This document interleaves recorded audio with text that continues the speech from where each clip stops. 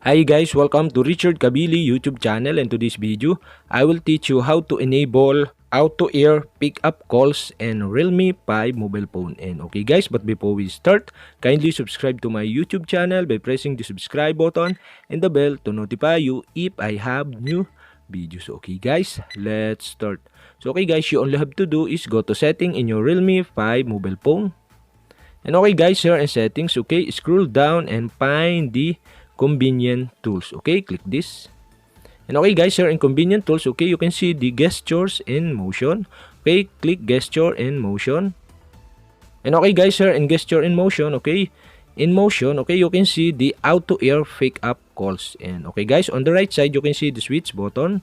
And okay guys, to enable this, okay, you'll have to do is switch on the switch button. And okay guys, to disable again, okay, switch off the switch button. And okay guys, I decide to enable the auto air pickup calls on my Realme 5 mobile phone. And okay guys, that's it. And okay guys, if you have a question, kindly comment below, and don't forget to hit the subscribe button and the bell to notify you if I have new videos. Okay guys, thank you for watching.